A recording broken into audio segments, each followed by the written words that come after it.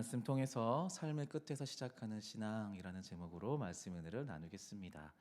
네, 제목을 보니 제가 왜 이런 말 했는지 아시겠죠? 네. 끝인 줄 알았는데 이제 그게 뒤집히고 다른 결과가 나오는 상황. 이제 마땅한 끝인 줄 알았는데 전혀 다른 이야기가 새롭게 시작되어지는 상황을 가리켜서 우리는 반전이라고 합니다. 반전. 영화와 드라마에서는 이런 반전을 통해서 관객들과 시청자들에게 즐거움을 줍니다. 죽은 줄 알았던 주인공이 살아 돌아오는 반전. 또 선하고 정의로운 사람인 줄 알았는데 알고 봤더니 최고의 악당이었던 그런 반전. 또는 학대하고 하대하던 회사 여직원이 알고 보니 누구더라? 내 딸이었다. 뭐 이런 반전. 네. 이런 반전의 이야기는요, 색다른 관점을 제시해 줍니다. 혹시 여러분들 삶에서 이런 반전의 이야기들이 있으셨나요? 와, 이거 진짜 반전이었다라고 생각하는 그런 이야기들? 반전은 우리의 삶에서 쉽게 만나기 힘든 이벤트입니다. 반전은 예상할 수 없는 결과를 만들어냅니다. 비극인 줄 알았던 상황이 반전을 통해서 해피엔딩이 되기도 하고요, 또 반대가 나타나기도 합니다. 반전이 우리 삶에 잘 나타나지 않는 이유, 반전을 쉽게 만날 수 없는 이유, 그래서 영화와 드라마에서 나오는 반전을 우리가 즐거워하는 이유, 우리 삶에 잘 나타나지 않기 때문이죠. 그 이유는 간단합니다. 우리들은 인과관계가 분명한 세상 속에 살고 있기 때문이에요.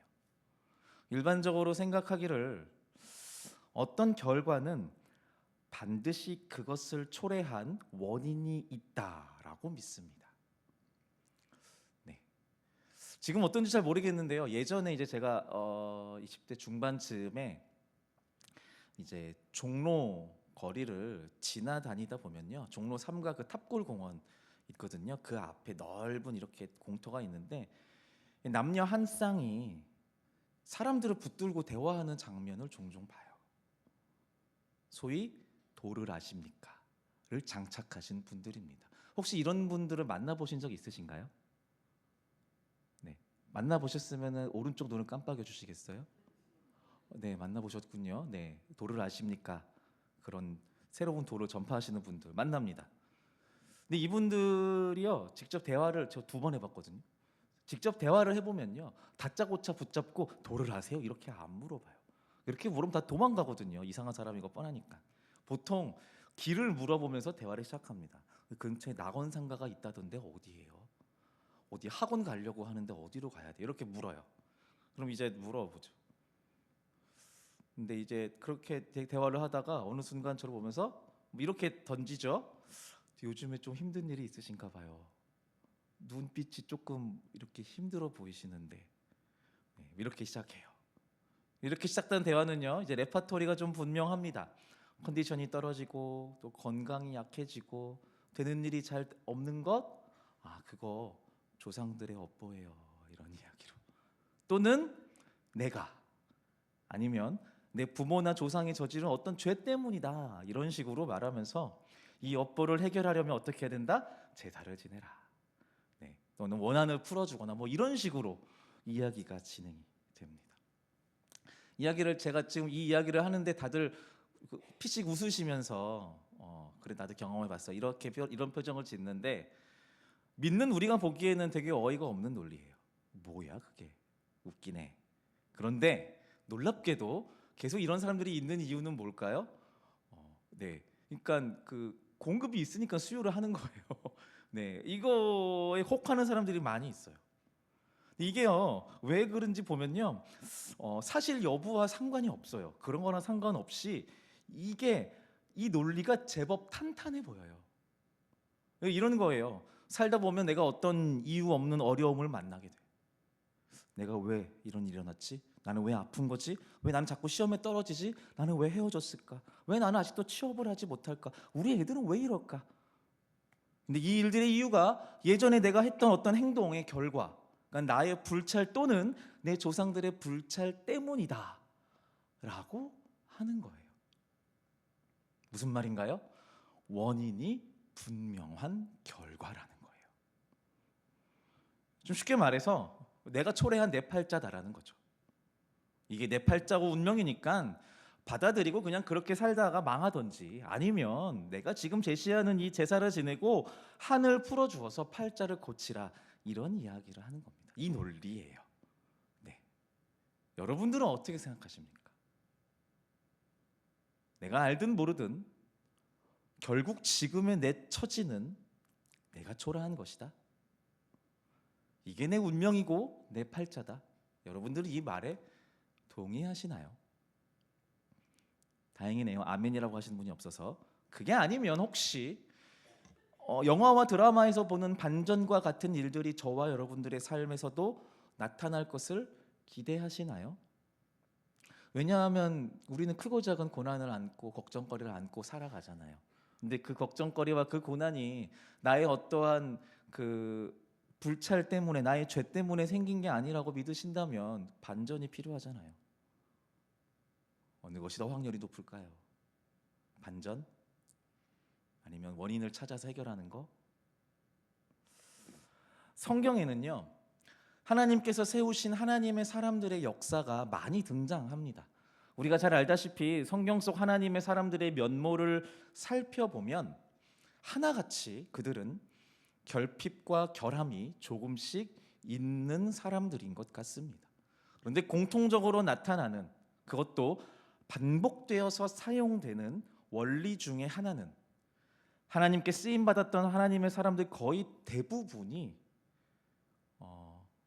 그들이 살아갔던 그들의 삶에 희망적인 요소가 하나도 없는 상황.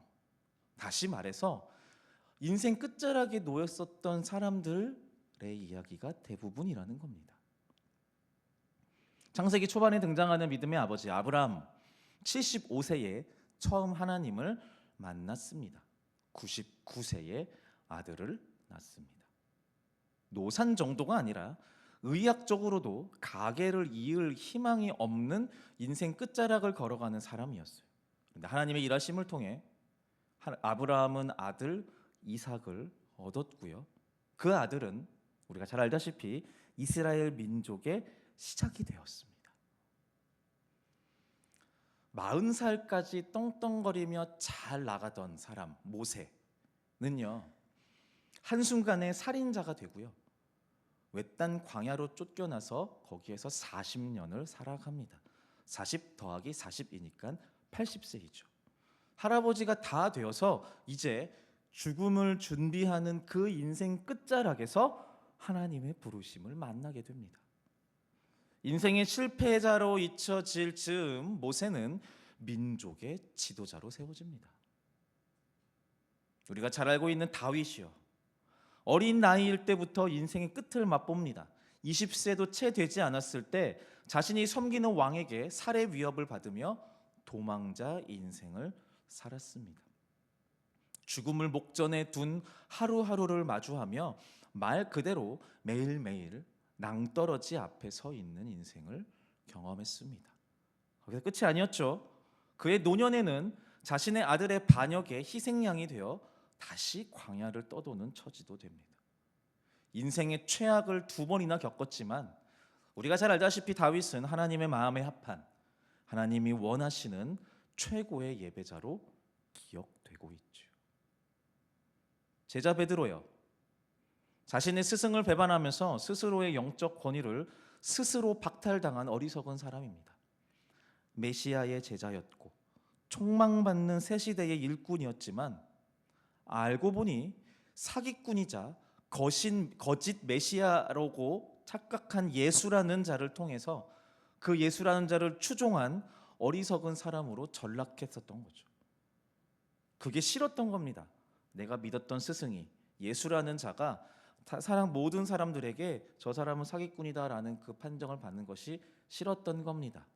스승이 평가절하당하는 게 싫은 게 아니라 그 스승의 제자라는 자신의 정체성이 싫었던 겁니다. 그래서 스승을 배신합니다. 버립니다. 그리고 그 순간, 그때부터 말 그대로 인생 나락에 떨어지게 됩니다. 인생 끝자락입니다. 아무것도 희망을 가질 수 없는. 그리고 그를 찾아간 부활하신 예수님으로 인해 베드로는 기적적으로 제자로서의 지위를 회복합니다. 더 나아가서 환상 중에 더 나아가서 초대교회의 핵심 인물로 자리 잡게 되죠. 바울을 볼까요?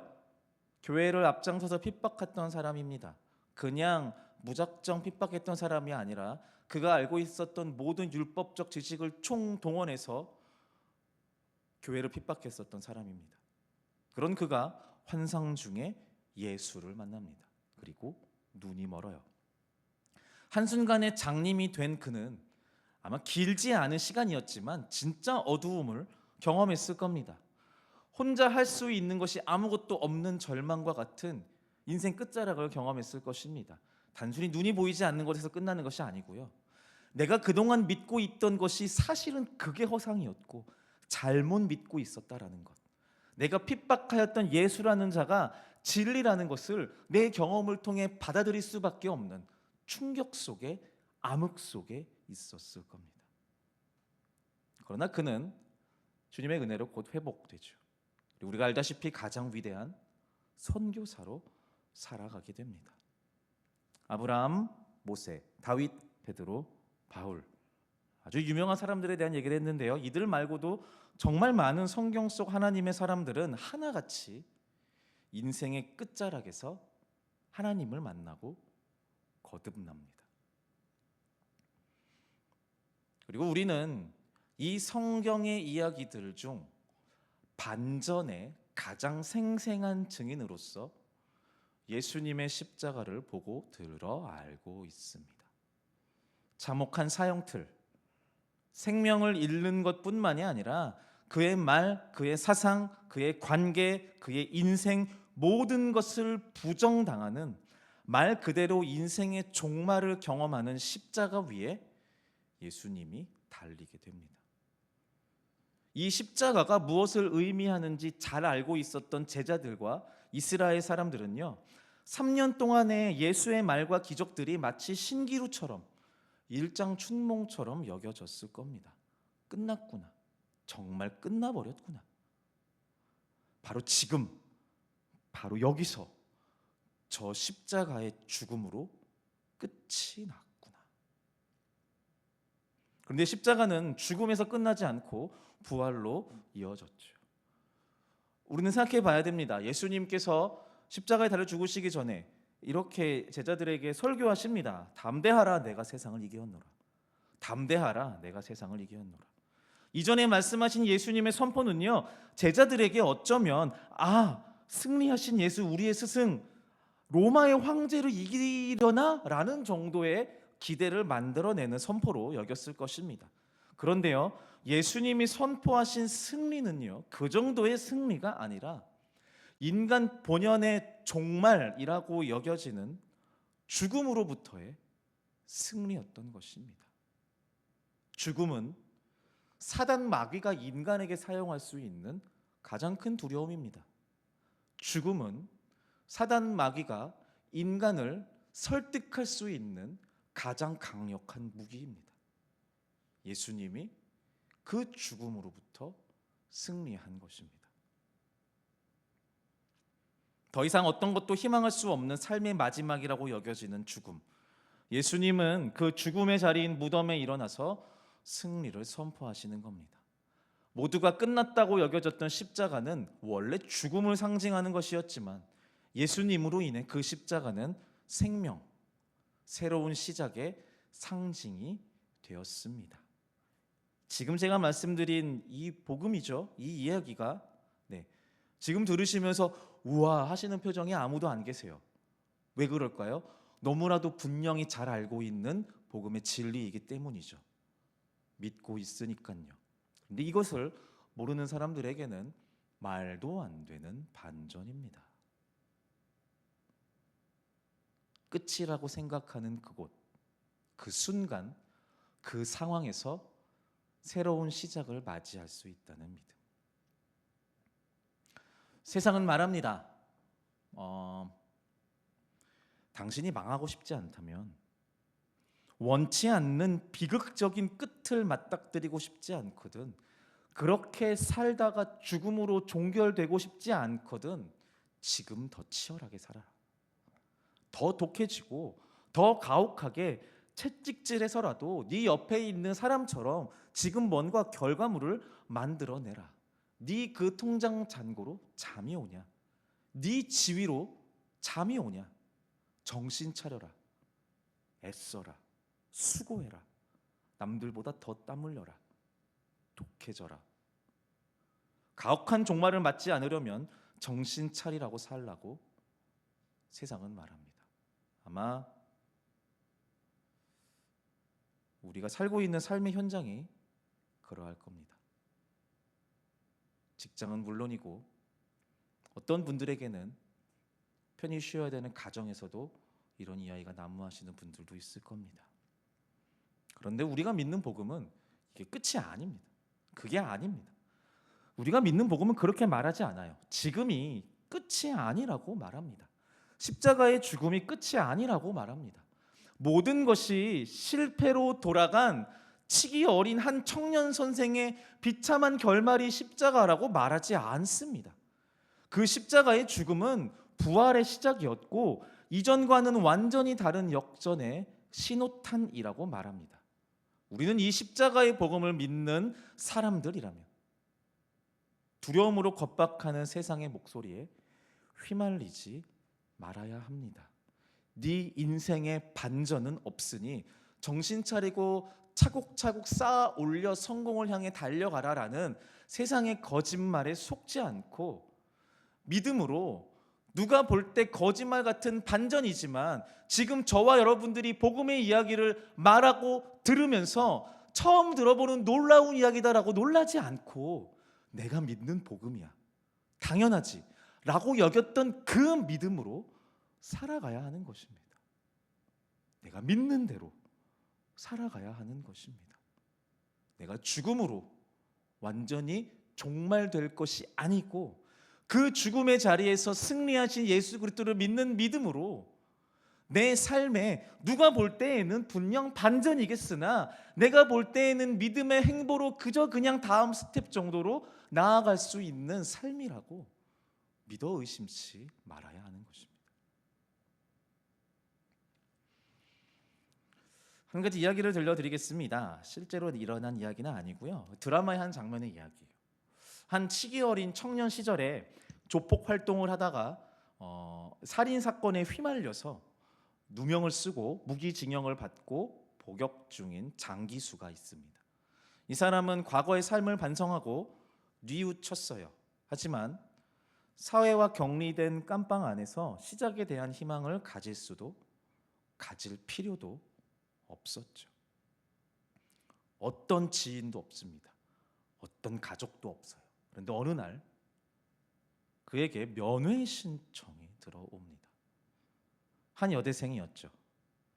자신이 다니는 학교에 체험 프로그램으로서 복역 중인 모범수와 인터뷰를 하기 위해서 찾아왔다라고 말합니다. 아무런 희망도 없이 그냥 하루하루를 연명하던 이 장기수에게 이 면회의 자리는 작은 즐거움이 되어 주었습니다. 그러다가 자신이 죄를 짓고 감방에 들어오기 전에 함께 살던 그 여인이 임신한 사실을 전해 듣지 못해서 존재조차 알지 못했던 아이가 있다라는 사실을 우연히 알게 되었고요. 자신을 찾아오던 이 여대생이 실은 자신의 딸이라는 것을 깨닫게 됩니다. 무기수, 인생 끝자락에서 딸을 만난 이 사람은 예배당에서 혼자서 이렇게 고백합니다. 나 이제 아무것도 바라지 않습니다. 내 기도 하나도 안 들으셔도 됩니다. 내 딸 만나게 해주셔서 그저 감사합니다. 라고요. 가상의 인물입니다만 이 무기수는 희망을 놓아버리고 하루하루 연명하던 그 자리에서 딸이라고 하는 선물을 맞이합니다. 반전이죠. 그리고 그 반전을 맞이한 이 사람은 감사를 고백합니다. 여러분은 원래 감사라고 하는 것은 정말 많이 들어서 알고 있죠. 감사라고 하는 것은 반응이에요. 딸로 인해 감사하는 것, 그러니까 감사할 만한 일들이 있을 때 그 반응으로서 고마운 마음과 감사한 감정이 생기는 겁니다. 그런데 기독교 신앙 안에서의 감사는 이것을 넘어서는 경우들이 있습니다. 감사할 일들이 있을 것을 믿으며 감사하는 거죠. 다시요. 감사할 일들이 있을 것을 믿으며 미리 감사하는 겁니다. 지금 손에 잡혀지는 결과물들이 없고 심지어 힘든 일들과 고난, 마음 먹은 대로 되지 않는 인생의 실패 속에서 하나님이 내게 하실 일들을 기대하면서 감사하는 것입니다. 미리 감사하는 겁니다. 비난과 자책과 막막함이 가득한 내 인생이라는 그 강바닥에서 기어이 감사를 끌어올리는 겁니다. 감사를 끌어올린다.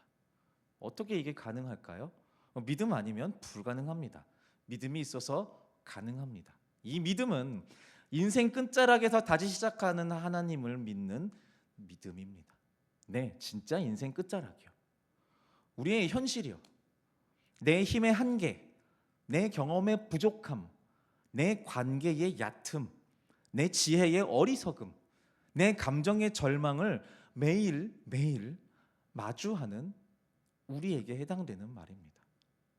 학교에서 공부하는 현장에서, 자격증과 시험 점수를 만들어내는 시험장에서, 취업문을 두드리며 페인처럼 앉아 있어야 하는 그 컴퓨터 앞에서, 부조리하고 노동 착취당하는 사회생활의 그 현장 안에서, 마음 먹은 대로 매끄럽게 이어지지 않는 부정적 관계의 그 늪에서, 그리고 예상치 못하게 생기는 건강의 위협과 질병의 고통을 겪으면서 우리는 살면서 수십 번, 수백 번 자주 인생 경계선 위에 낭떠러지 같은 끝자락에 서 있는 듯합니다. 상식적으로 하나님의 은혜와 도우심으로 마땅한 감사가 나올 만한 상황보다는 감사가 나올 수 없는 환경을 접할 때가 더 많은 것 같습니다. 네, 이렇게 살다 보면 세상 사람들이 말하는 더 독해져라, 더 경직되어도 좋다, 진리라는 것 없어, 정답이라는 것 없어, 네가 맞다고 생각하는 게 정답이야, 그렇게 살아, 누구의 눈치 보지 마 라고 말하는 이 독한 말들이 힘을 얻어가는 것처럼 보이기도 합니다. 세상이 가혹하니까요. 내 삶은 낭떠러지 위에 있으니까요. 그리고 세상 사람들은 그렇게 살아가는 것을 노하우라고 말할 겁니다. 어른이 되어가는 것이라고 말할 거예요. 지혜로워지는 거라고 말할 겁니다. 우리는 그런 세상 속에 살아갑니다. 그리고 세상의 그러한 아주 상식적인 이야기들과 반응들 앞에서 우리 그리스도인들은 믿음을 발휘하는 겁니다. 돈이 없고 명예가 없고 관계가 없고 기반도 없고 정말 가진 아무것도 가진 것이 없는 인생 끝자락에 지금 내가 서 있지만 하나님이 여기서부터 시작하실 것이라고 믿는 것입니다. 그 믿음을 감사로 표출하는 겁니다. 베푸시고 허락하신 은혜에 감사할 뿐 아니라 반대로 원치 않는 어려움과 고난 속에서도 감사하고 내 맘대로 되지 않는 역경을 지나가면서도 감사하는 것입니다. 그러니까 감사하고, 그럼에도 감사하고, 그럴수록 감사하고, 그것까지 감사하는 것.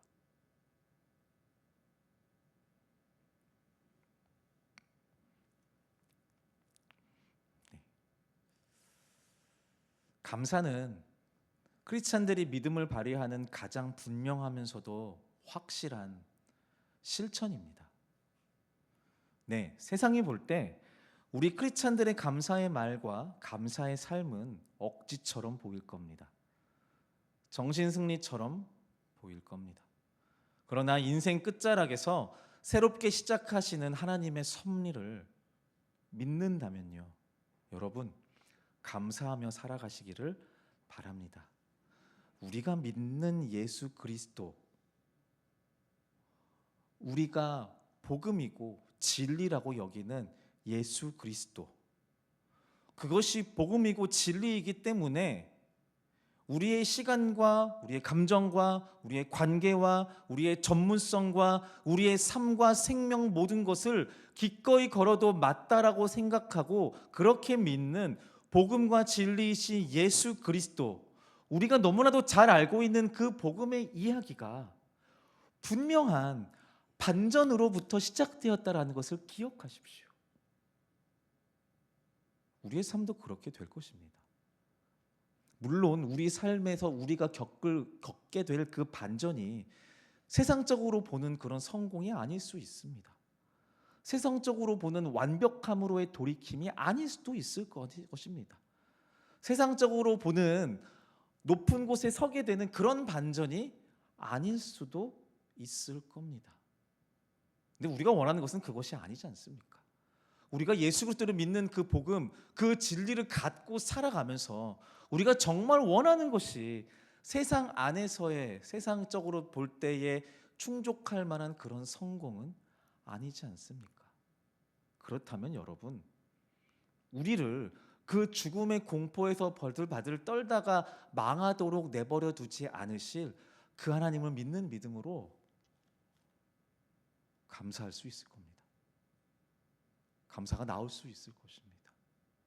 주님 잘 모르겠습니다. 잘 보이지 않습니다. 사실 뭘 기대해야 될지도 잘 모르겠습니다.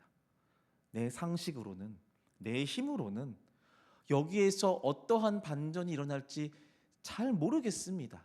그런데 주님은 끝이라고 여기는 죽음에서 생명으로서의 반전을 이루신 분이니 내가 주님을 믿는 믿음 안에서 감사합니다.